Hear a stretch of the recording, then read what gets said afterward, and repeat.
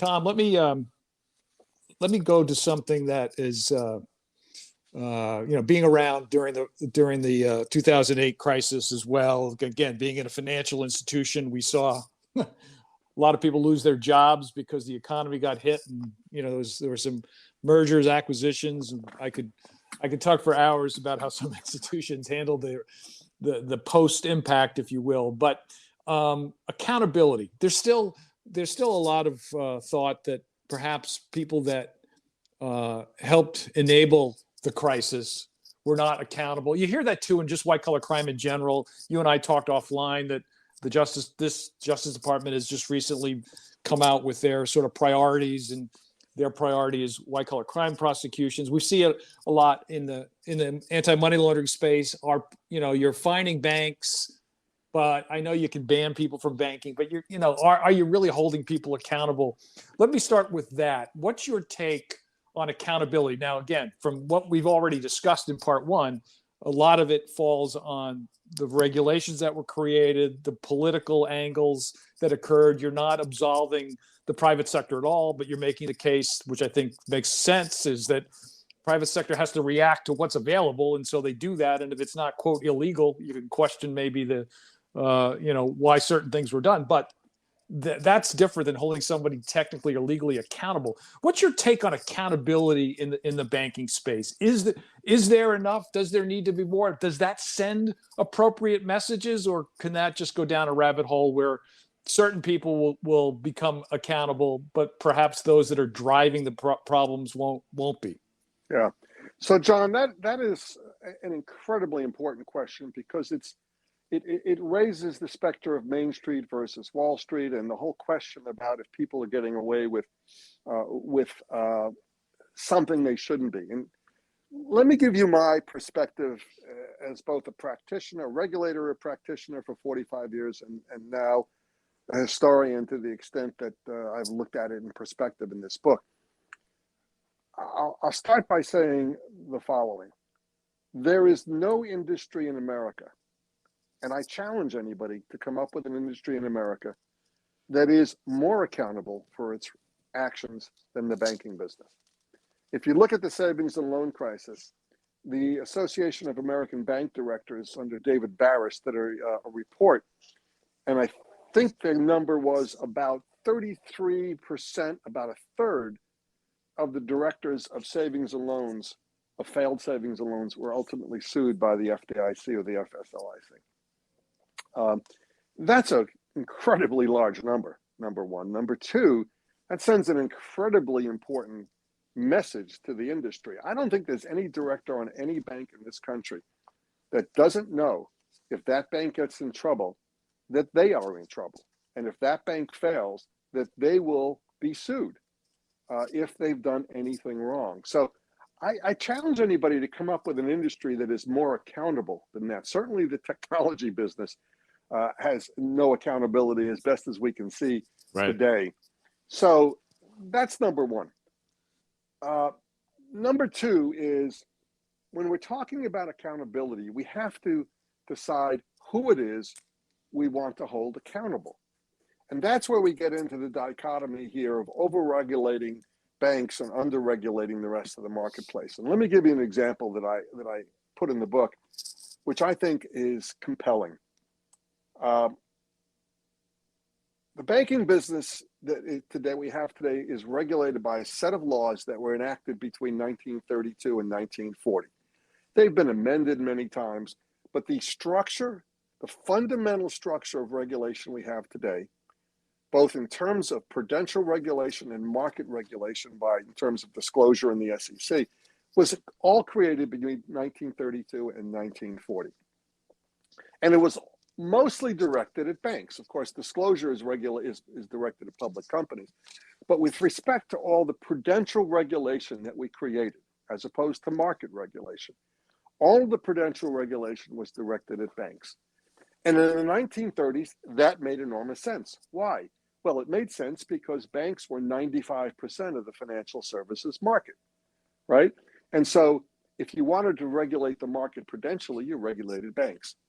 Well, let's fast forward to 2021, in which any way you count it, if you compare deposits to assets under management, any way you want to count it, banks are now about 35% of the financial services market, right? So there's a 65% factor that we're not regulating prudentially. What does that mean? It means we're spending all of our prudential resources and time on regulating 35% of the financial services market. Well, that makes no sense, because it says to the marketplace, if you really want to take a lot of risk, move it away from the areas that are prudentially regulated. And maybe then you can sell it back into the prudentially regulated areas like mortgage-backed securities. That makes absolutely no sense in terms of what the markets look like today, because they look nothing like the markets did in the 1930s. So I think that's the second part of the problem. And that is, we're trying to hold bankers accountable for everybody's risk profile. And bankers are only 35% of that picture. And the last point I will say is, having worked on a vast number of criminal prosecutions as well as civil prosecutions, because as you know, after the savings and loan crisis, everything became criminalized in the banking business. The Crime Control Act of 1990 was pretty good at that. And I think I heard one prosecutor talk and say, after the Crime Control Act of 1990 and the change in the sentencing guidelines, a banker who committed fraud from behind his or her desk in a bank could get more jail time than a robber who had a ski mask and a gun and walked in the front door. So, you know, that changed dramatically. But the question people ask is, why aren't there more people in jail? And the answer I would give you from being at ground zero is very simply, it's not a crime to be aggressive, right? It's not a crime to be financially aggressive. And it's financial aggressiveness that causes most of these financial crises, not crime. The savings and loan business did not collapse because of crime. The 2008 crisis did not collapse because of crime. They collapsed. Those things happened because of poorly thought out government policies and aggressive risk management and aggressive risk taking. But aggressive risk taking is not a crime for which you can be put in jail. And I will tell you, I have been in enough matters where there are enough zealous prosecutors who wanted to put people in jail and just couldn't do it because they couldn't find the crime. And so that's the problem. We're regulating, very often regulating the wrong things in the wrong ways for the wrong reasons. And we've got to get smart about how we regulate to fix all of this, because it's only going to get worse. Like COVID with technology, technology is sort of the trigger that is creating all kinds of changes in financial services that is only going to make our problems worse and only going to create more ferocious financial crisis. You have a great line in the book, among many, where you're talking about the financial future of the pandemic. You say, once Congress acts, everybody is already knee deep in the problem. And that's obviously so true. But the front of your book, the book jacket actually has pictures of Bitcoin. So talk to us a bit about cryptocurrency. Like you've already said, such a small amount is regulated today. And we've heard from Yellen and Powell regarding the concerns about crypto. I can tell you, our company, we have several clients that are exchangers, you know, and we have fintechs, and they obviously are bringing in people with compliance backgrounds, kind of, you know, rushing to make sure they have some of that. But, you know, their regulation is certainly different than a traditional bank. Where does crypto fit into your sense of what needs to change to have a more robust and intelligent regulatory infrastructure? Yeah, so crypto is probably the poster child for what I've been arguing about in terms of functional regulation. In the early 1980s, I sat on the vice presidential task force, which was George Herbert Walker Bush at that time, on financial regulation. And the result of that was a detailed report that recommended functional regulation of financial services in America. That report came out in 1984. Functional regulation, right? It has done a terrific job at gathering dust, like most government studies and projects and reports do. And here we are now in the next phase, and we're going to pay the price for not having moved towards functional regulation, because take cryptocurrency, Bitcoin as an example. And, I don't know where people, you can pick a place to come out. I sort of come out where Jamie Dimon is, what he said a few weeks ago, that as far as he can tell, it's worthless. And what I mean by that is there's no intrinsic value, right? There's nothing underlying Right. this stuff unless it's a stable coin, and then there's other issues that align with stable coins. But how is it that we've gotten to a point where we've got $2 to $3 trillion of crypto out there doing whatever it's doing, making believe it's money, but really acting as a commodity or a security, and in some respects, a hope certificate, and not have some sort of prudential regulation over that? Because if you come back to the fundamentals of prudential regulation as articulated in the 1984 Vice President Task Group report, it is that you should regulate activities that impact financial services and financial stability, not just banks, right? And so does crypto have an impact on financial stability? It sure might, right? And all those things.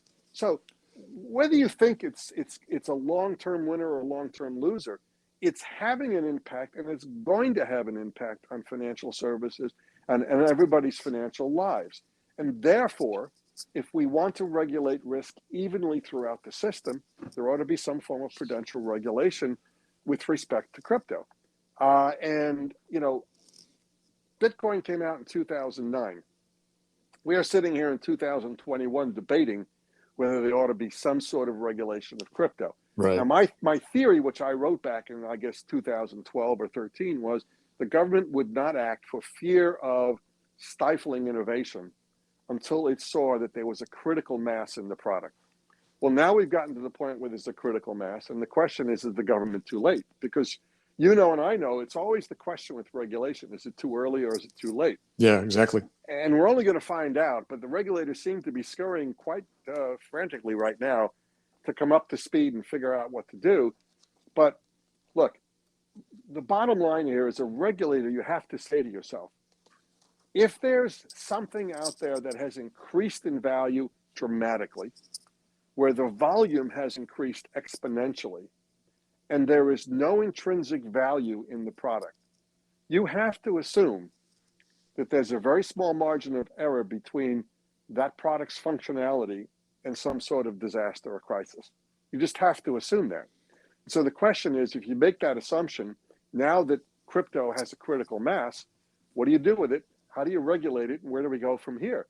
It's probably going to have its place somewhere in the financial universe. Right. And the question is going to be, how are the regulators going to deal with it? But I come back to my fundamental predicate, and that is, it is patently unfair to put banks through the mill to do anything and get new products approved, and allow Facebook or Meta, whatever, its new name, to put out a cryptocurrency tomorrow without any approval. It just doesn't make any sense. And complying with AML money transmitter laws is not close to having to comply with prudential regulation and all that comes with that. Yeah, I think that is so true. We've seen that in our space. I want to ask you two more things to opine on from your book. One is you trumpet the need for financial literacy, and certainly I don't disagree. The sad thing about 2021 is where people get their information today is obviously so disparate. People are in such bubbles. Hoping that people will actually better understand products and services is, I will say, it's a lost cause, but it's probably a tough one. But tell us what you'd like to see done in terms of financial literacy. Yeah. So, I think the internet has created just the opposite of what we thought. Instead of a highly sophisticated intellectual period of knowledge, I think it's created an age of ignorance, where everybody gets a slogan passed by them in some form of social media, and that becomes the truth, right? Right. And that's something that society's got to deal with from beginning to end. But when it comes to financial literacy, let me tell you a story. When I started the control of the currencies office in 1976, for 2 years, I was the truth in lending guru, or at least one of them. and I did consumer compliance for 2 years. My job was to get every consumer complaint, investigate it, and then write a letter to the bank president and conclude whether or not they had violated something or did something wrong, and get some remediation from the bank. And that's what I did every day for 2 years at the control of the currencies office. And I remember the first letter I ever wrote on a 10-point type truth in lending case. I had to write to Dear Mr. Riston, the chairman and president of Citibank, telling them that the truth in lending disclosures in certain cases were not 10-point type. It's funny. and I sat back after doing that for a number of years, and I said, what is the point of this? I said, there's no way in the world that we can protect every consumer from every possible wrong that's happening. Right. And the writing of more regulations and the creation of more disclosures and more paper, so that when you close a mortgage loan, you have a foot of paper you have to sign, is not helping the consumer one lick. Because you know what? There's not a consumer on this earth, not you, not me, not anybody else, that reads all that paper. No, of course not. No. Right? So once the disclosure gets beyond 5 lines and 1 page, you're not doing the consumer any good. And it occurred to me in the late 1970s, and then when I became general counsel of the Federal Home Loan Bank Board and the FSLIC, I tried to articulate this, but we were so busy closing savings and loans that other things had to fall to the side, that I thought that we were wasting our money on enforcement and writing rules and regulations when we could be devoting those resources to financial literacy. And what I have argued for the last several decades is, if we took every dime that was used to write rules, regulations, hire people and regulators, bring enforcement actions by regulatory agencies in this area, we took all of that money and we poured it into financial literacy, we would be much farther ahead today, 40 years later, than we are. Why is it that you can get out of high school or college without taking financial literacy courses? Why is it that banks and financial services companies in every community in this country are not working with the school districts to provide either after school or in school financial services tutoring and financial services classes to students? I mean, it's a win-win. The students walk away with the ability to control their financial lives, and the financial institutions may walk away with customers for life. I mean, it's a win-win. I don't understand why that isn't happening in every community throughout this country. And if it did, and we had financially literate citizens running their own lives, we wouldn't need the regulatory structure we continue to have to create and maintain to protect them. So again, we're spending the dollars in the wrong way and getting no result for it. That's so insightful and so true. I'm involved with a commercial banking program at Marquette University, and it's a nascent program, a couple of years in. Maybe they had this undergrad, so maybe they have 40 people have graduated thus far, and the lack of understanding about banking specifically for people that want to be in the space is obviously hard to imagine. But I can't imagine people like us who are generally sophisticated. You're so right. We don't read these long statements. I do remember when I was at the ABA years ago when the privacy laws were passed, one of the first things that they said had to happen is that you had to send privacy notices each year to all your customers, even if the privacy notice didn't change. I think they finally changed that like 15 years later after I'd long gone away. I remember saying to the staffs up there, well, wait a second. If the policy hasn't changed, why would we send back the same statement? That's a waste of money and time and energy. And of course, it was the politics of whatever was going on at the time. Let me end on this and just urge everybody to get the book. It just certainly has opened my eyes to some things, not just regarding smart regulation, because I've always believed in that, but just clear examples. But toward the tail end, you talk about technology as obviously a winner if done correctly. One of the things that's been positive about your old agency, I know several years ago, the OCC was pretty adamant, I think the current administration is as well, to encourage innovation. And I just remember the bankers at the time seeing that statement, that phrase, and said, that's great, But if we're going to make a change in a system, we don't want to be held accountable during the transition time when we're using the new and the old. If we miss some things, this is more in the AML space, but a legitimate question. So you can't say, let's use innovation and technology to be smarter and then still potentially ding an institution for misses during that period of time. Again, something that sounds like, oh, who would do that? But there was a real fear from the bankers that I talked to. But just give us a sense, high level, on how technology, besides the obvious ways, that it could help us both prepare for future, hopefully no panics, but future crises and issues, and how it can improve the regulatory infrastructure. Yeah, so I think, John, it really comes down to information. The more information the regulator has, the better the regulator is going to be at making good judgments and predictive judgments. And right now, there's no source of information that's built on big data, no source of information that's built on running artificial intelligence algorithms, no source of information that really is other than sort of the hands-on approach of sending examiners into the bank, looking at the statements, and trying to figure out where the bank is. And what I've always been remarkably surprised at is that most of the process is microeconomic, meaning you look at the bank as an entity. You don't look at the bank in a community economy, a national economy, or a global economy to figure out how its balance sheet will interrelate to what's going to happen in the economy. And so it raises the specter of looking at these things more predictively. Can we run scenarios? I mean, ask yourself if Facebook or Amazon was regulating financial services, how they would do it, right? Yeah. I mean, they would be so sophisticated. They would know what the bank's going to do tomorrow. They would know what the economy is going to do tomorrow. And they would say, look, we've got to make some adjustments in the regulation to deal with that. And that's precisely why in the last 200 years, no one in this country in a regulatory agency has ever predicted or seen the next crisis coming. We're always completely unprepared. And so technology is the way to bridge that gap to get to a better prepared state. And I have an interesting section in the book that I worked a long time on and thought about it to talk about how the 2008 crisis could have been different if we used technology.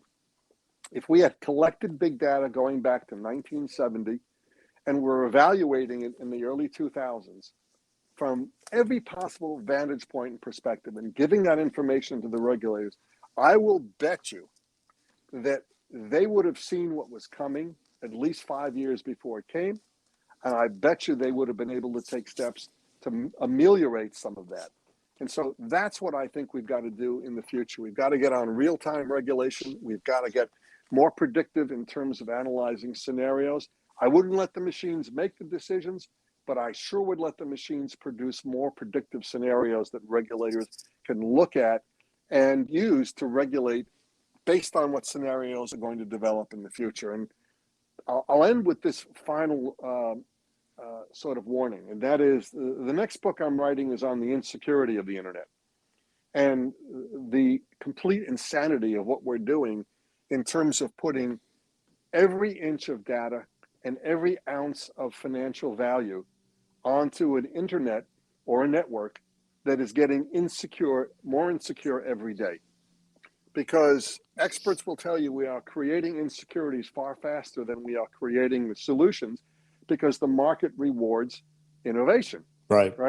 And when we get, and I read an article yesterday in the MIT Technology Review, which I thought was so interesting and so on point to what I've been thinking about in terms of where the crisis we're headed for in terms of the insecurity of where we're putting on all our value. MIT Technology Review article this week said that there are actually hackers out there stealing databases today that they can't get into, but that they will be able to get into within the decade when they get quantum computing. So think about that, right? Yeah. Stealing data today to be able to break in it 10 years from now or 5 years from now. I mean, there's nobody in charge of this future. Right. And it's a point made by people who are experts in artificial intelligence. People are in charge of financial services. People are in charge of energy, wherever you want. There's nobody in charge. There's nobody making the decisions. And in fact, with nobody making the decisions, we're letting technology make the decisions. And that's not going to be a good end result. Oh, I so agree. As I was reading your book, on your last point, you made a reference to, to cyber, no centralized cyber, and I kept thinking, why isn't he referring to the FSISAC, which you do later in your book, which is a private sector group of bankers, obviously, that share information on attacks and that sort of thing. But it's not enough. I mean, so Right. it's things like that need to be encouraged. But let me end on this, which is, I can't say I'm hopeful, but I do. You say this pretty early on in the book in terms of political response. You say you would recommend an establishment of a bipartisan group of legislators, which we can say what we want about that, but similar to the Joint Committee on Taxation, to try to depoliticize financial services. And you talk about having, PhDs, economists, accountants, all sorts of committee staff that have different backgrounds that perhaps could be an area, financial services could be an area where if we could depoliticize it and come up with potential solutions. So sort of like, again, not being facetious, sort of like what should have happened, what did happen with the 9/11 Commission. So after 9/11, as we know, this bipartisan group came together and said, we need to do this, this, this, and this. Unfortunately, that hasn't happened with January 6th, but having something in financial services, which should be seen as somewhat nonpartisan or bipartisan, that's, to me, you're so on point, is the only way that we're going to get away from reaction as opposed to being proactive. And perhaps, something like that, in addition to everything else you mentioned, can get picked up by policymakers. That's our hope, at least. Yeah, no, I think that, it may be pie in the sky, but I know that I saw the problem, and that is in each financial crisis we had, 1819, 1837, 1857, 1873, 1893, 1907, 1929, 1981 to 89, 2008, 2020. In every financial crisis, each and every one, you can find a set of political goals and political instincts that were wrong or that pushed the market in one direction or another. I mean, just go back to 1837. Andrew Jackson sort of undercuts the market by basically saying you can only pay for land that you buy from the federal government with gold. Right. Well, that one fell swoop, he undercuts the credibility and the validity of all the banknotes that are out circulating as money, right? Mm-hmm. So politics in each one of these has played a role. And I'm not saying that the goal is a bad goal of politicians, but I'm saying that when you mix politics with finance, you are creating a very combustible stew. And today, I think we're doing it to the extent that we're trying to politicize finance and banking through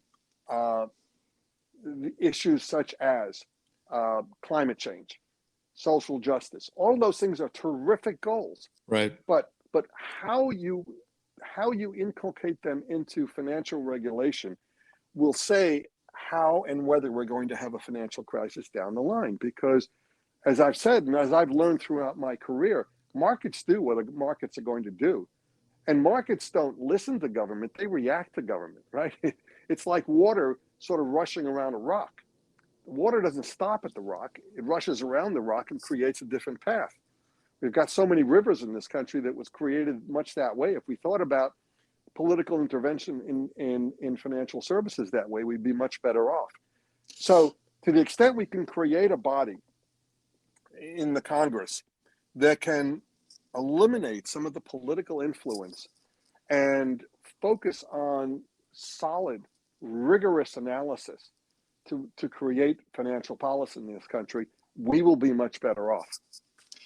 Tom Vartanian, thank you so much. This has been such an interesting, I could talk another couple hours with you, but I'm looking forward to the next book, of course. And, let's hope at some point when your next book comes out, we've started down the road of some smart regulation. We'll see if that actually occurs. 200 years of American financial panics, crashes, recessions, depressions, and the technology that will change it all. Tom Vartanian, thank you so much. Stay safe, and we will talk again. Thank you, John. It's a pleasure to be with you.